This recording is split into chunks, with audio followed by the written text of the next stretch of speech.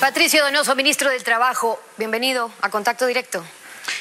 Muchísimas gracias, Stephanie, por la invitación. Muy gentil. Buenos días. Frente al anuncio de movilizaciones de varios sectores, el CUT, la Central Unitaria de Trabajadores, que agrupa unas 500 organizaciones sociales, le pidió al gobierno que de manera urgente convoque a todos los dirigentes para ver ya soluciones concretas a 3 puntos: crear más empleo, la focalización de combustibles y el respeto a los derechos laborales. El tema del empleo está causando reacción y preocupación, ministro. Usted ha dicho que se ha reunido con la mayoría de los gremios. ¿Qué falta por acordar? Muchas gracias. Primero quiero manifestar mi complacencia absoluta por el proceso exitoso de vacunación en todo el país. Proceso liderado, por supuesto, por el presidente Guillermo Lasso en este gobierno del encuentro, y ya tenemos más de 9 millones de ecuatorianos que han recibido la primera dosis, y empieza hoy el proceso para inocular a los ecuatorianos en segunda dosis. Ese proceso es todo un éxito y me alegro porque esa acción de tener a la gente sana y con menos riesgo de contagio es transversal a todos los ministerios Vacunación del país. clave para la reactivación y también reglas claras ya para empezar a generar esos nuevos empleos que se ofrecieron. ¿Qué falta ahí? Lo que tenemos por ahora son cifras absolutamente dramáticas inherentes al desempleo. Stephanie, más de 5,5 millones de ecuatorianos están o desempleados o subempleados o viven en la más pavorosa informalidad. Para ellos, el gobierno está preparando un proyecto de ley complementario al Código del Trabajo para generar el empleo que requiere 2/3 de la población del PEA, de la población económicamente activa, que no tiene trabajo. A ellos está dirigido ese proyecto porque el Código del Trabajo se mantiene intacto como está, servirá de normativa para aquellos que, Dios mediante, tienen empleo, que son apenas el 1/3 de la población económicamente activa. Ese proceso va avanzando, Stephanie, y tal y como usted lo manifestó al inicio de la entrevista, me he reunido con prácticamente todos los dirigentes sindicales o buena parte de los dirigentes sindicales en mi despacho. Me he reunido con los emprendedores, prácticamente todas las cámaras de reproducción, y he hecho ese acercamiento, esa sociabilización con la Asamblea, al menos con la mesa técnica que se llama la Comisión de los Derechos de los Trabajadores. Con eso, ministro, se puede tener claro el diagnóstico, pero la idea a estas alturas es ya dar soluciones más concretas sobre cómo van a frenar, sobre todo las incertidumbres de cómo se está calentando el ambiente. Es decir, que se quiere fomentar la contratación para los que no tienen empleo, o que no van a tocar el Código del Trabajo, o que quieren generar confianza. Todo eso ya se lo ha dicho. El gobierno va a cumplir ya sus 100 días sin pasar aún el proyecto o esta ley complementaria para ver ya los cómo cuando lo vayan a pasar. No hemos cumplido todavía 80 días de ejercicio del poder, tenemos 70 y pico de días, y por supuesto el presidente Lasso tiene clara direccionalidad en cuanto a generar el empleo productivo. Pero para ello, lo que usted acaba de decir también, su lectura es la correcta, debemos generar seguridad jurídica a las dos partes. El Ministerio de Trabajo hace de ese puente amigable, una relación amigable entre trabajadores y empleadores.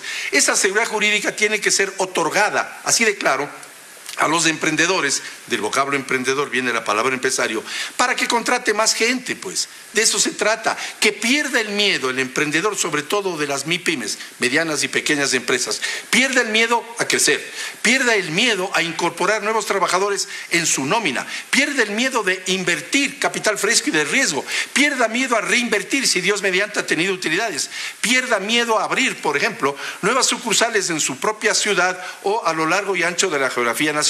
Ese perder miedo solo se lo logra a través de seguridad jurídica, que las reglas del juego, tanto tributarias como laborales, sean estables en el tiempo. Lo que no se sabe todavía es cuáles van a ser las reglas en el tiempo. Ahora, con su experiencia que tuvo además en el legislativo, ministro, la reforma que hicieron en su momento en la Ley Orgánica de la Función Legislativa, por ejemplo, en contra quizás del artículo 136 de la Constitución, que establecía que todos los proyectos de ley tenían que presentarse antes al presidente de la Asamblea, que el presidente vea si cumplen los requisitos o no, que luego vaya a la comisión. Finalmente ahora es el CAL, es quien decide sin saber qué pueda pasar después. Entonces ahora, en el CAL como primer filtro, luego en la Asamblea, lo que temen desde el gobierno es no tener los votos para esos cambios laborales que quieren proponer. Fui 8 años legislador y 2 de ellos vicepresidente, y 4 de ellos, estimada Stephanie, fui vocal del CAL. Conozco cuál es el procedimiento, el proceder del Consejo de Administración Legislativa allá en la Asamblea Nacional.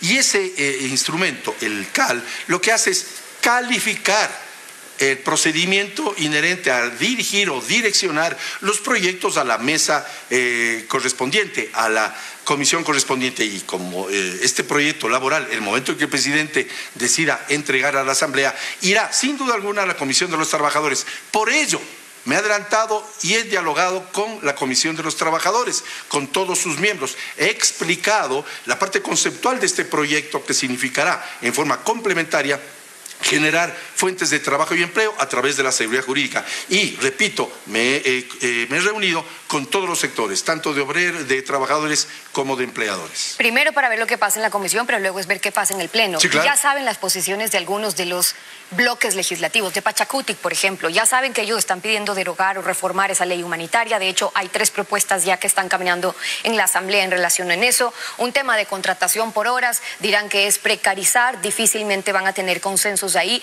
Recordemos lo que dijo Darwin Pereira de Pachacutic, el primer vocal del CAL. No, el acuerdo se mantiene vigente, es un acuerdo basado en la verdad. Nosotros no le hemos mentido al gobierno, hay cosas en las que estamos de acuerdo con ellos, hay cosas en las que no estamos de acuerdo, y sería importante que el Ejecutivo cumpla su palabra de enviar los proyectos en los que teníamos coincidencias. Tenemos coincidencias en eliminar el 2% a los microempresarios. No ha llegado ese proyecto a la Asamblea. Nos falta el tema de la reforma laboral, que había dicho que primero iba a hacer una modificación al Código Orgánico Laboral y ahora nos dice que va a enviar otro tipo de reforma. Como Pachacutic hemos planteado la reforma a la ley humanitaria, que nos parece lapidaria para los trabajadores ecuatorianos, y vamos a convertirla en verdaderamente humanitaria. Y así hay algunos otros sinnúmero de proyectos. Y en ese tema de la ley humanitaria y algunos otros, por lo menos por ahí no hay mayores consensos. ¿De dónde esperan obtener los apoyos? Yo voté a favor de la ley humanitaria, Stephanie, el país entero lo sabe, y lo hice porque, aun cuando no es una ley perfecta, por lo menos logró que se cuidaran muchísimas plazas de trabajo y empleo en medio del confinamiento, al inicio de este confinamiento, pues, de la pandemia, y se cuidaron muchos empleos. Le doy 2 ejemplos rápidos. El turismo. Nadie paraba en un parador, nadie podía alojarse en un hotel, nadie podía ir a un restaurante, nadie podía ir a Galápagos. Sin embargo, tenían que mantenerse las nóminas de aquellas empresas de turismo. El sector floricultor. Nadie podía cosechar, empacar y exportar, e incluso vender internamente flores. Había que cuidar el trabajo de miles de mujeres. El 62% de la floricultura está trabajada por mujeres. Por tanto, esa ley sirvió para cuidar aquellas fuentes de trabajo y empleo. Lo que se haga con la ley humanitaria, pues evidentemente corresponde a la legislatura. Lo que le corresponde al gobierno a través de su iniciativa es remitir un proyecto novedoso, porque si hacemos lo mismo de siempre, lograremos los mismos resultados que hoy estamos sufriendo. Y entonces, ¿qué es lo nuevo? ¿Qué es de lo que falta quizás hablar? Porque la estrategia del gobierno con este proyecto han dicho que el sector privado, que el empresario, que la empresa pierda el miedo a contratar, nos dice. Para Exacto. ello, seguridad jurídica. ¿En qué se diferencia lo que están planteando de la contratación? Por ejemplo, por hora actual, la que existe ya para ciertos sectores sin necesidad de un contrato a tiempo fijo, sino por tipo de actividad, por modalidad de trabajo. ¿Dónde están las diferencias? Le voy a dar 2 rápidas señales de por dónde va el proyecto de ley de oportunidades laborales. 1, vamos a acabar con el absurdo recargo del 35% para los contratos eventuales. Una secretaria se embaraza y tiene que ir a atender su parto. Hay que contratar un reemplazo eventual. ¿Por qué? ¿A cuenta de qué se tiene que recargarle aquella contratación en un 35%? Segundo, el despido intempestivo se elimina en cuanto a las empresas cuando se liquidan. Es absurdo que una empresa, 2 de cada 3 emprendimientos fracasan, estimada Stephanie, y los ecuatorianos somos emprendedores. ¿Por qué tiene que aquel emprendedor pagar como despido intempestivo cuando ha quebrado su empresa? Tercero, vamos a establecer sistemas de contratación. 4 a saber. 1, indefinido, por supuesto. 2, definido, tiempo definido, entre 6 meses y 4 años. 3, por obra cierta o servicio. Acabada la obra o acabado el servicio, se acaba el contrato. Y 4, la eventualidad de la que acabo de hablar. Esa seguridad jurídica procurará que exista mayor inversión, más emprendimientos y mejores y más fuentes de trabajo y empleo. Y en esas 4 modalidades, para los riesgos que han advertido quienes no están de acuerdo, que esto significa el flexibilizar, finalmente precarizar, y qué pasa con los derechos laborales. Ya tenemos claro, porque se ha hablado bastante sobre eso, que no hay una reforma que no aplica para los trabajadores quienes ya tienen empleo, pero si sabemos que 1/3 de quienes hoy están dentro de la población económica activa, que no tienen un trabajo, se está haciendo estas reformas para ellos, ok, pero ¿dónde entran las preocupaciones preocupaciones, o más bien, cómo se desvanecen las preocupaciones de si están precarizando, si finalmente eso puede afectar a derechos laborales y el tema de la seguridad social? Voy a desvanecer esos temores, Stephanie, en 30 segundos. 1. Se mantienen todos los derechos laborales. Escúcheseme bien. Todos los derechos laborales, 13º sueldo, 14º sueldo, vacaciones, fondos de reserva y afiliación a la seguridad social. No queremos precarizar nada, más bien todo lo contrario, queremos atacar la durísima precarización que significa no tener empleo. Nada es más precario que no tener empleo. Por tanto, esa precarización queremos atacarla, no la otra. Los derechos se mantienen absolutamente intactos. Este proyecto de ley respeta a los trabajadores, no faltaba más, pero también respeta una relación amigable o genera una relación amigable entre el contratado y el contratante. Pero en esas modalidades, por ejemplo, ministro, ¿cómo aplicaría el tema de la seguridad social? Sobre todo en los tipos de contrato, cuando hablamos de estos tiempos fijos, cuando son ocasionales o dentro de las 4 que hay distintas variables. Mientras dure el trabajo, mientras dure esa relación trabajador-empleador, el seguro social será pagado, por supuesto, obligatoriamente conforme reza la Constitución. No queremos precarizar nada, es un discurso del siglo pasado, Stephanie. Vamos a generar empleo precisamente haciendo lo contrario a lo que han hecho regímenes pasados que arrojan estas cifras absolutamente dramáticas. Y para ello hemos de generar más emprendimientos, inversión, seguridad jurídica al inversionista nacional y extranjero. La xenofobia debe ser liberada del léxico ecuatoriano. Debe haber inversión extranjera, inversión nacional y, por supuesto, hacer lo que la Cámara de Comercio de Guayaquil dijo hace pocos días.